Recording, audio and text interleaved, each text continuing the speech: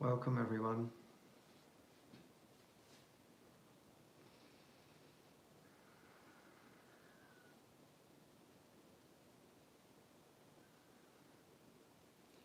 We can just take a moment .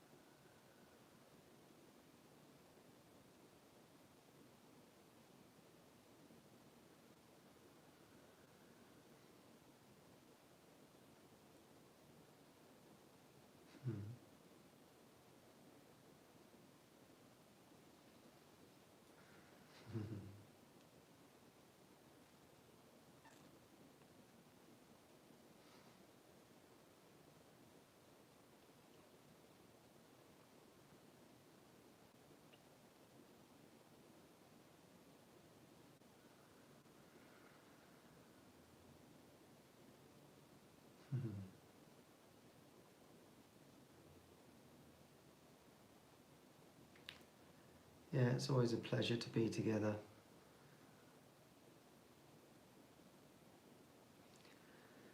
And literally for no earthly reason. Just being here is enough.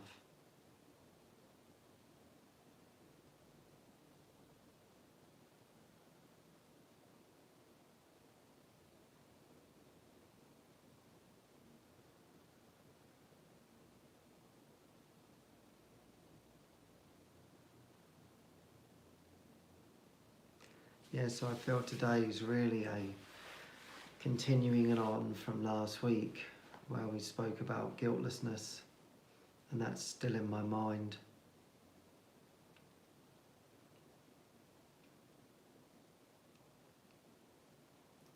It's been a really wonderful practice just to really want to see the guiltless world, to want to see everybody guiltless, and in turn that's how I see myself. And so this is a good way to find that true identity.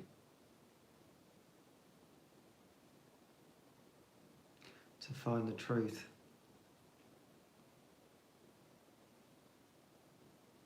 Hidden amongst the chaos, seeming chaos of this world. That we can pass it by very simply by simple practice of wanting to see guiltlessness.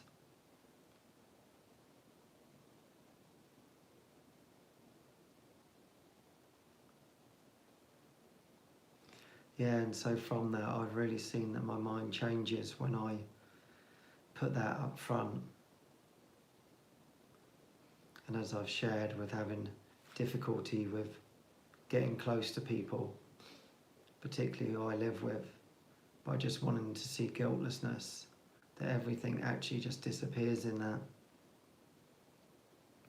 The ego can't live in guiltlessness. So that is the answer.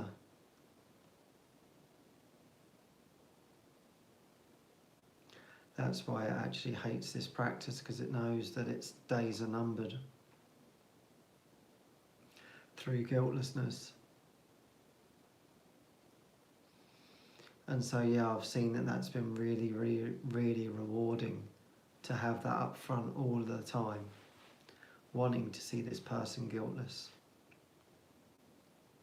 wanting to see this situation guiltless, knowing that nothing's truly going wrong. It's just my misinterpretation of things that are creating this whole world, these whole problems that seem to occur. I'm just judging them as problems.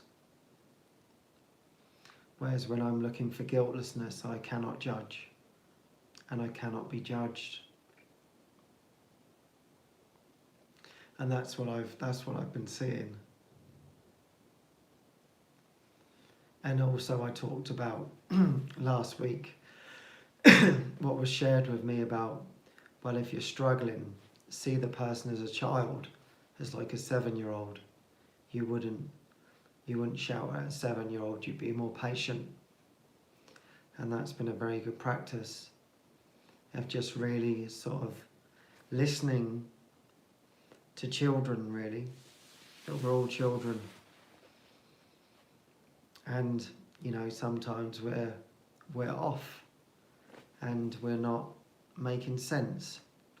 But ultimately, we all want to come back to the truth. Whether we know it or whether we don't know it, we all want the same thing. And so by not buying into these guilt loops, shall we call it, we can see the innocence. And by treating everybody as a child, you can actually get to truly hear what's going on. That's what I found. Rather than my interpretations of think people should know better, or this situation should be better handled, things like that. It's like, no, everybody's got to be allowed to say what they have to say. Everybody needs to get it off of their chest. To clear, in a way, it's like clearing the guilt. That's all we're really doing. That's what I can see. And it's just our misinterpretations of ourselves and of others that are just being reflected back. And ultimately, that is all of my own thinking that is coming my way. And so my weapon of choice, so to speak, is guiltlessness. That is the key to innocence. And that's what led me to talk about this topic today. Return to innocence.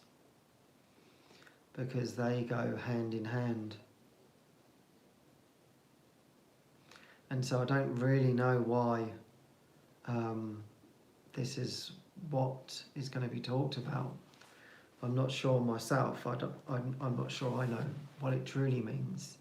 So I'm just as excited as you are to find out what revelation is going to come forth and reveal itself to us together as an exploration.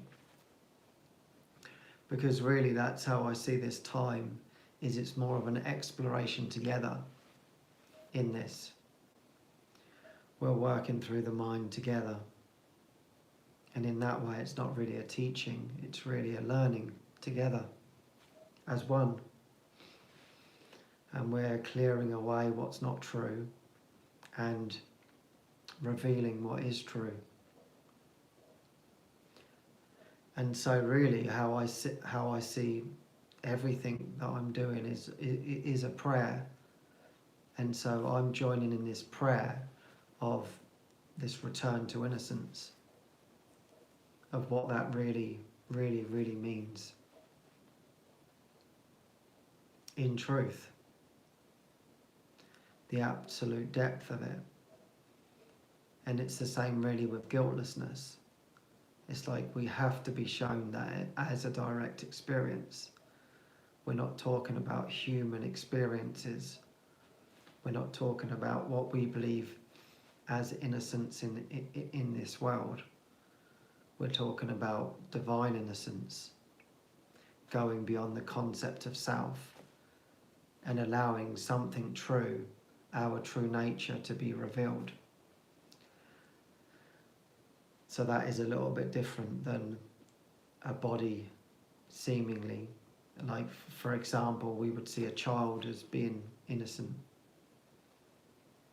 That's a common definition of innocence. We see children as being innocent. But that's not what we're talking about here. We're talking about divine innocence. And so, as always, we're actually wanting to find our way back to that, to remember that together. So that's what this is. That's what this is about. And clearly that again is a practice of wanting it to be revealed. What we want, we will receive. So that's why we're always strengthening these ideas in our mind. And that's why we really want to be sharing this from our hearts with whoever we meet. So we can understand it more deeply inside and this is why I'm doing this, so I can understand it. I'm the same as you. I'm moving in this direction, seeming direction. And so yeah, it's kind of interesting because what's not that is gonna arise. Just the ideas that I've had about myself that have been blocking me for so long. Ultimately, when we want the light, whatever's not the light is going to come up behind it. And that is really because it's not needed any longer. So it's actually not that anything's going wrong. It's actually that it just can't withstand the light.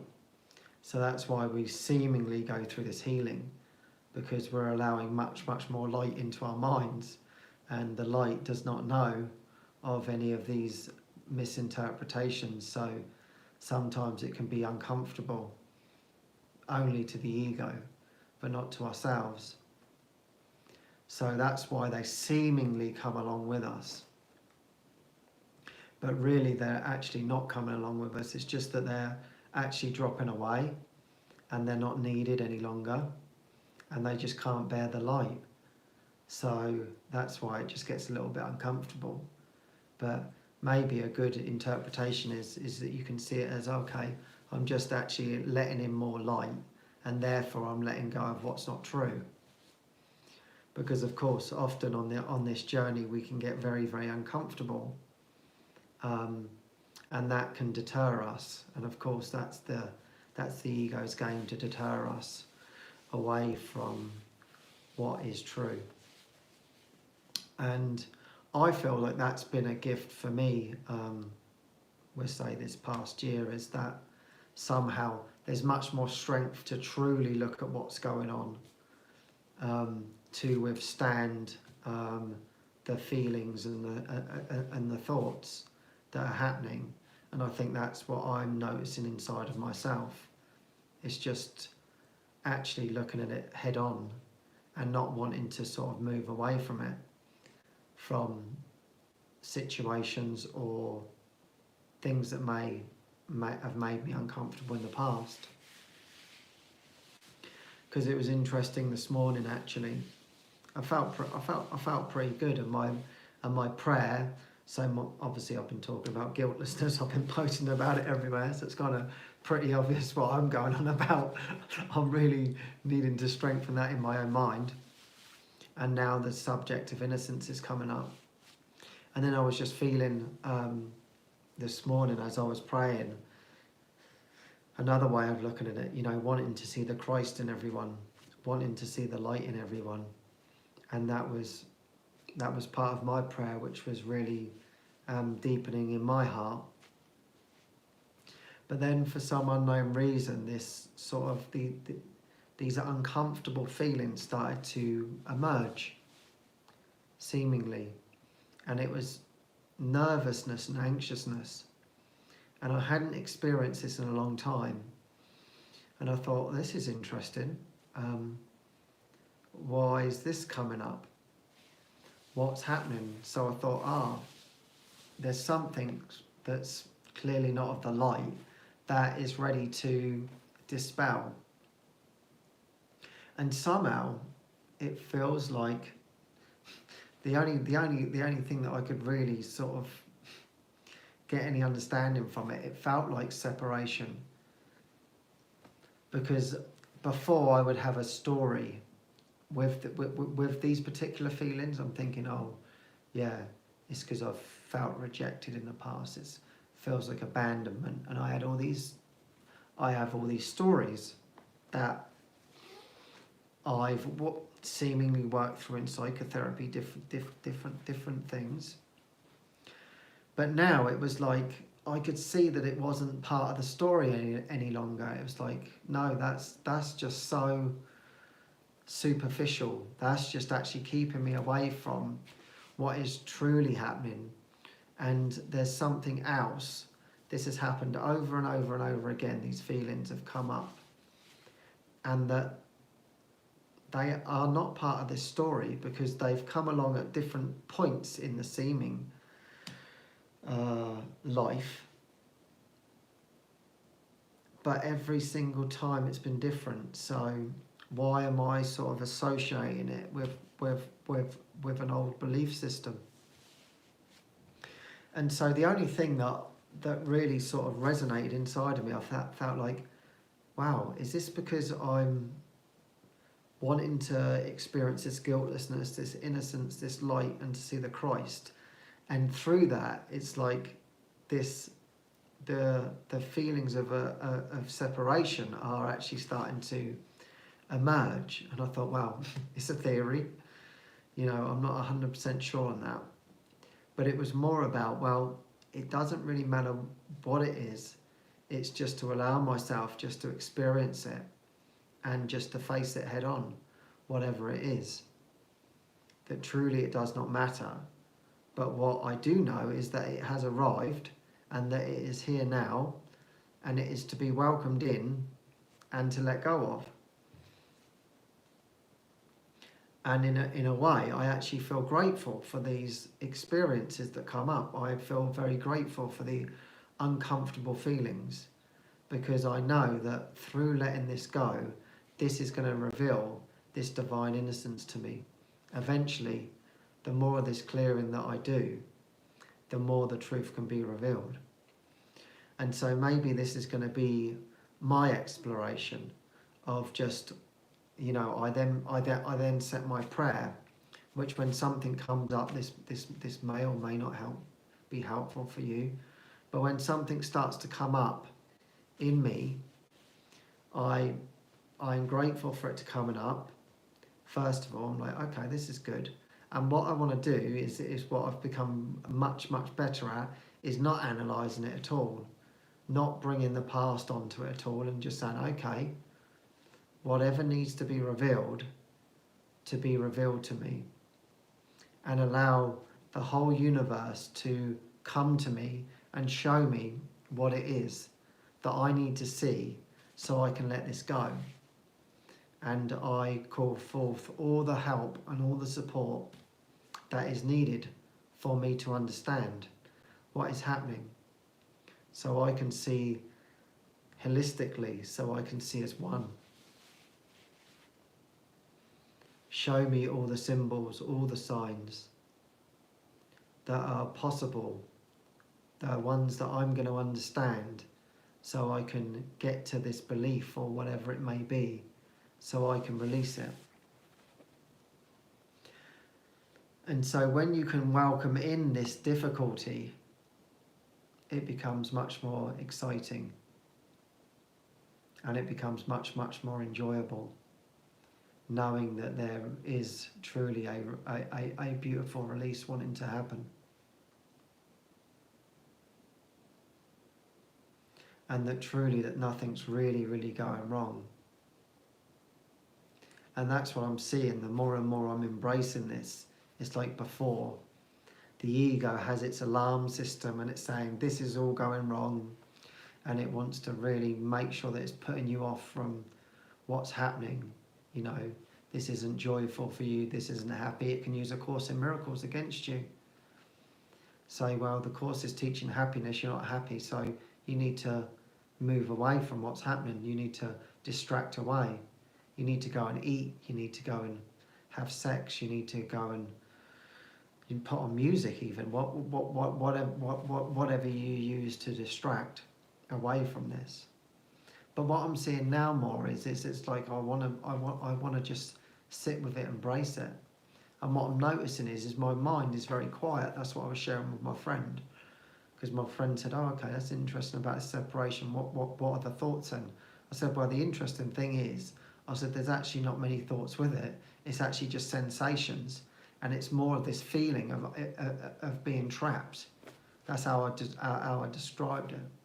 But I said my mind is not actually running away and trying to analyse what's going on. I'm merely just sitting with it, and it just helped just to share the thoughts, really, and that was it. I can still experience a little bit of tightness in my chest right now as I talk about it, but yet it's not ruling me.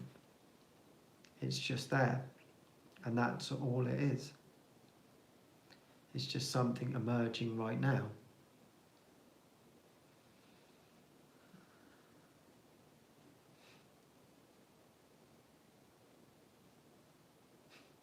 because also my actual prayer was. So I feel like it's something deep, because I felt like, okay, I really want to experience what's blocking me. I really want a deep experience. I want to feel something. I want to feel some sort of healings going on. I want to feel some movement inside of myself. And so I think this is all part of that.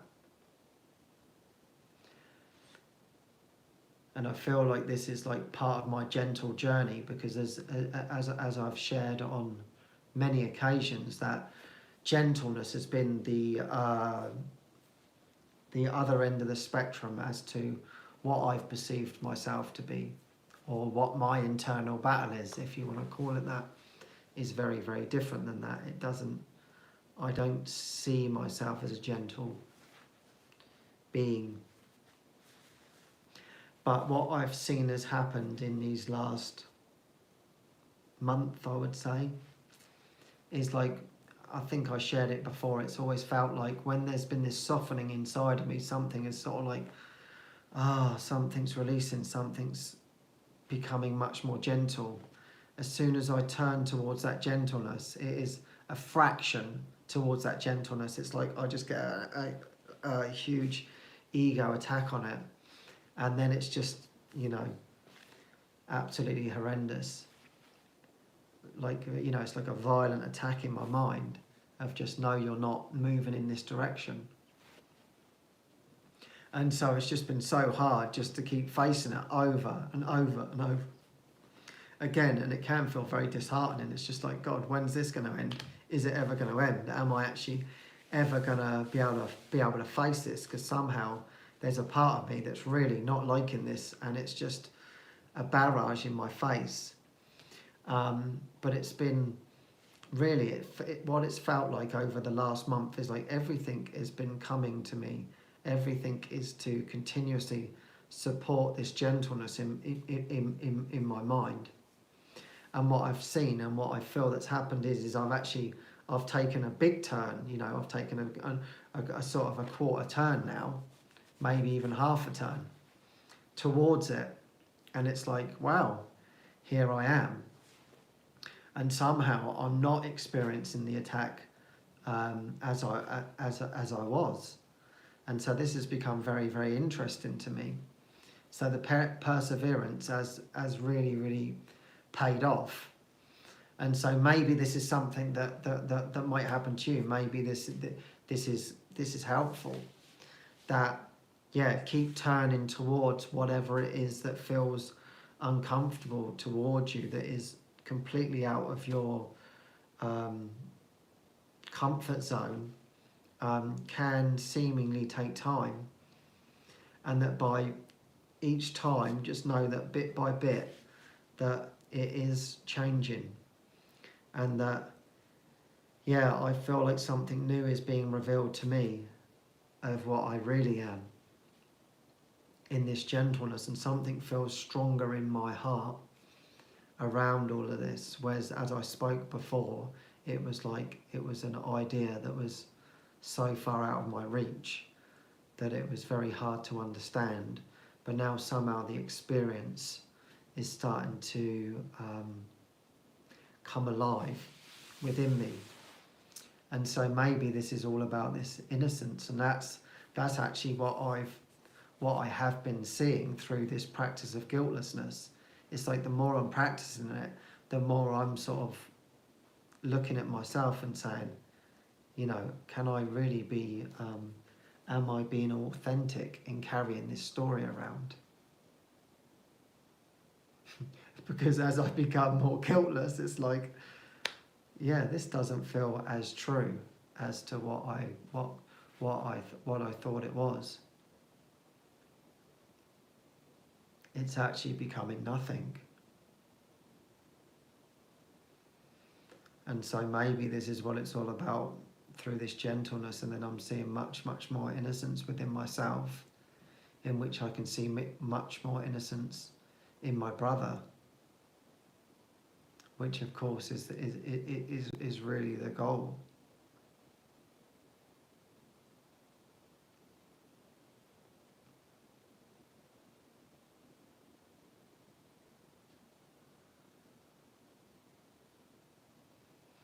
You know, and as David was sharing last night, and I actually did a talk on this, and I named it Where You Don't Want to Go. That's where you'll find him, which is from the Revolver movie.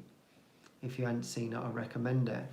It's a great movie for seeing the ego's tricks, and I recommend watching it with David's commentary, because there's a lot going on in it which can be misinterpreted. But it's a very deep movie. I think the talk I did was called Where You Don't Want to Go. It's like the third talk I did or something.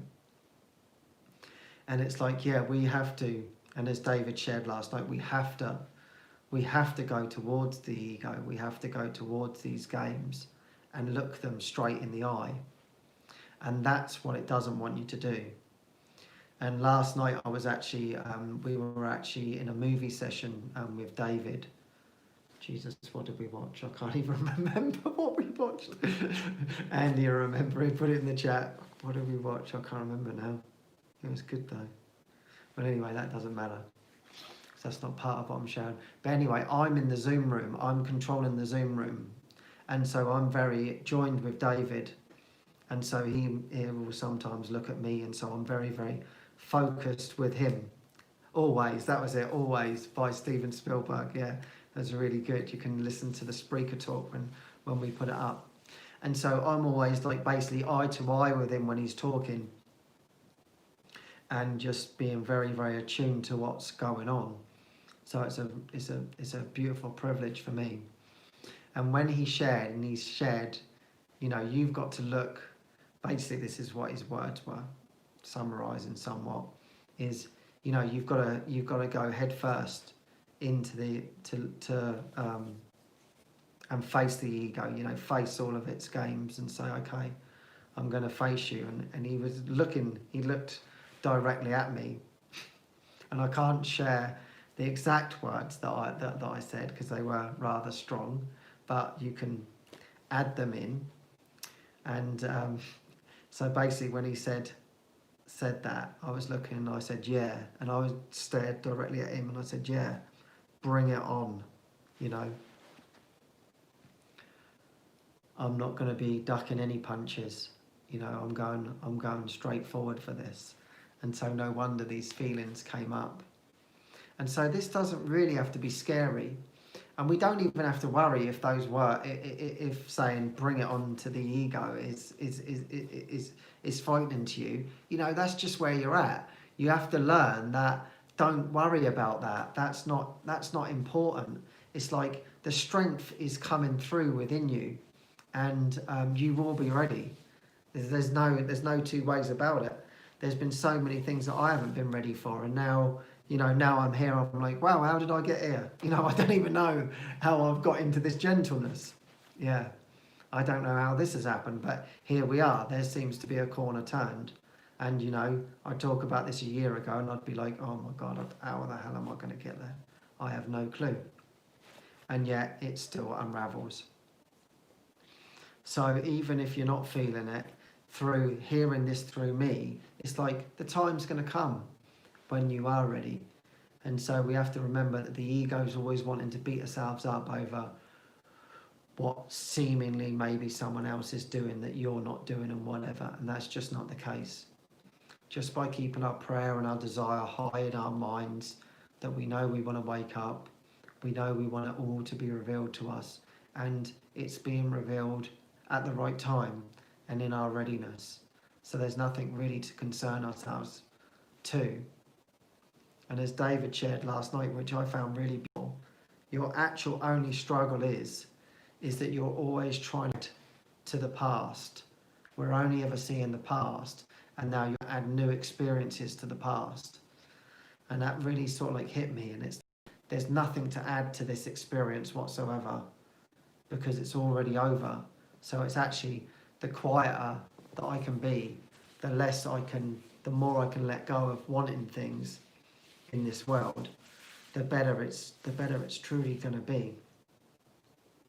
And I think that's actually another piece to this innocence. It's like nothing's going to be added to you, nothing's going to be changed to reveal your innocence. It's actually that you're letting go of what you believe that you are.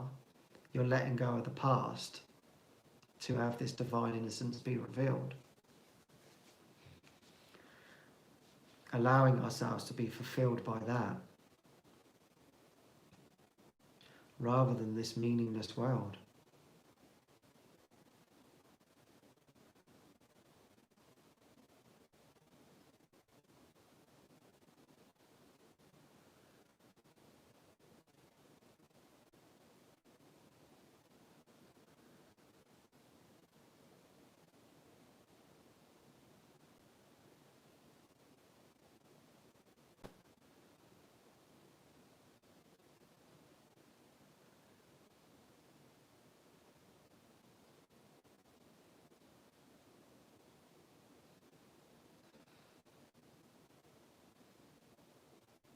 And because, and as I've been sharing these past few weeks with whoever I have that opportunity to share with, and I'm sharing it with myself, that whatever I'm experiencing, that is exactly what I'm experiencing. And I am not in charge of this healing. I have to allow the healing to occur. And so whatever I'm feeling and experiencing, that's exactly what I need to experience. And what I'm understanding is the more that I can embrace that and take it right in, no matter how seeming uncomfortable it comes, to really, really fully embrace the experience, is that the healing is going to be much, much more than me trying to actually do something. Trying to change it, trying to fix it, trying to change my behaviour. And that's where it comes, I think, a deeper trust with the Holy Spirit and Jesus, to be like, because of course there's a tendency to want to move away from this, but at the same time it's like, okay, listen, you're in charge of this healing, you're in charge of this part, I've spotted it, I'm aware of it, now it's over to you. And just allow them to do the work. Don't think that you can do it. And that's what I've been doing, and I feel like that's I mean, we can never know what works and what doesn't work, but that seems to be been supporting me right now, to not want to change this character, this personality self, because that's the ego trap of analysing itself and its own motives and wanting your attention. And it's like, no, I'm not giving you my attention.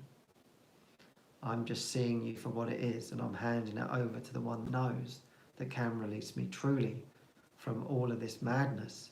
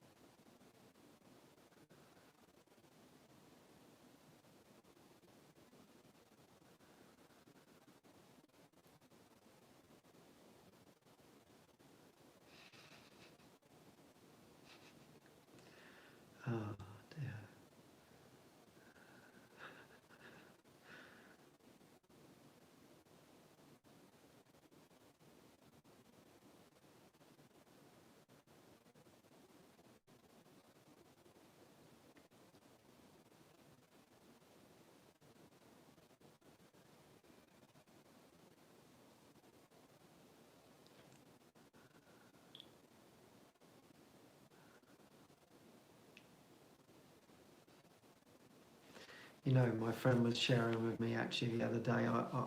I wasn't there, but she was talking with David, and David shared something, and it was a Zen story, and it said it said like, when anything comes up, whatever it is, anger, frustration, guilt, whatever it is, welcome it into your house. And I love this. Open your door. There's a knock at the door, and it's this experience. You welcome in the experience. You let it come in, and you let it do whatever it's got to do.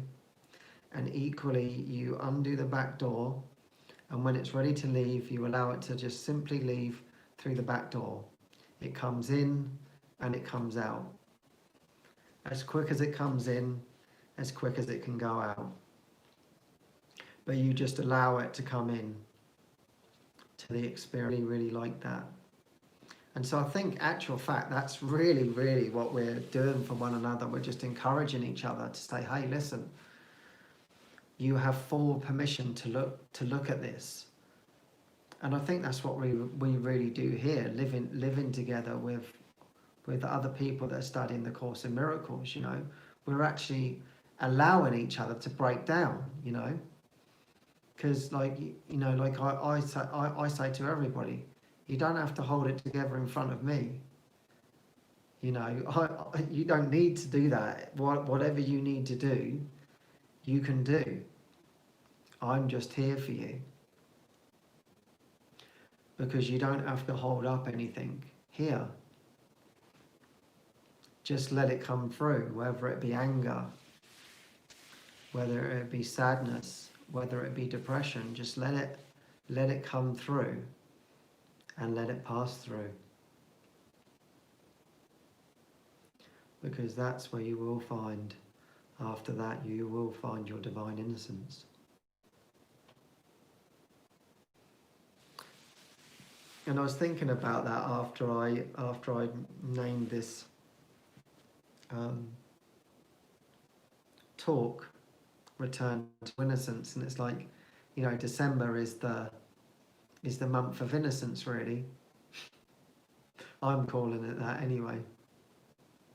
When we think about this time, Christmas time, the birth of Christ, the birth of light,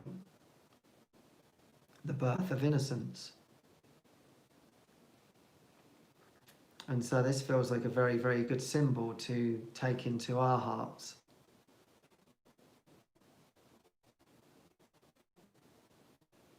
To remember this pure innocence and to want it to be revealed to us, truly.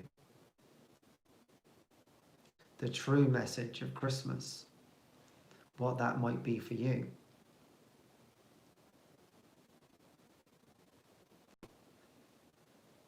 And so, yeah, I'm going to call this month of innocence for me, to really have that revealed.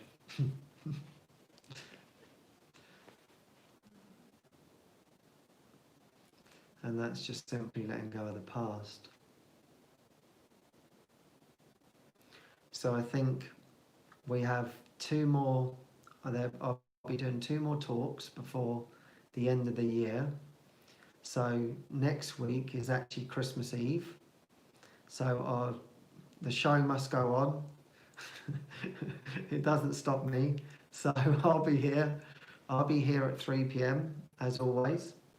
But then the next Thursday after that is actually New Year's Eve. And I will still be continuing on. And that will be a very, very special one, because that will be part of the celebration of illumination that's happening. And I expect they can put it in the chat for you. And that will be live in the Zoom room. So I'll be able to see you face to face then. So I would really love it if you would join me for that one on the 31st. That's going to be a little bit different. I can tell you the times now. I'm going to be going on a little bit earlier. So it will be 2 o'clock my time. So whatever the time is for you now, it's going to be an hour later. on the 31st of December.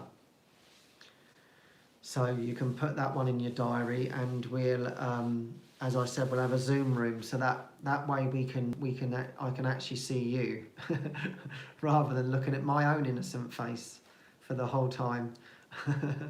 So that'd be really, really nice. So I welcome you all to that. I would love if you would all join me in that, because I would love to see all your faces, and that can be a chance to meet one another in a new way, and to celebrate the new year coming in.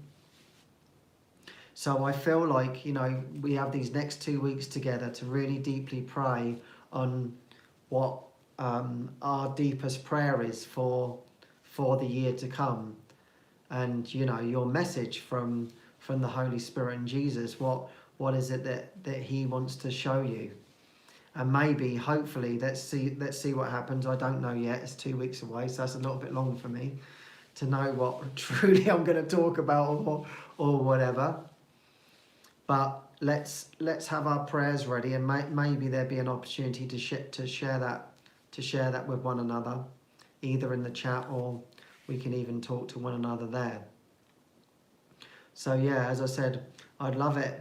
I know there's a lot of commitments that come up at Christmas time, but yeah, I'd love it if you can still join me next week for Christmas Eve together, and then we have New Year's Eve together. So I'm very much looking forward to that. And yeah, thank you for everything, really. Thank you for giving me this opportunity to share like this. This is really helping me to let go and release what's in my mind, to have this platform just to be able to share. And if that's helpful, and if this is blessing, then wonderful. Then that's all I can ask for, to be truly helpful. And we keep sharing this message of joy, of love, of peace, of innocence, of guiltlessness. We continue on in the miracle. We continue on in the love and the peace. So many blessings, one and all. I very much look forward to seeing you next week. And as always, let's expect miracles. So bye for now. Lots of love.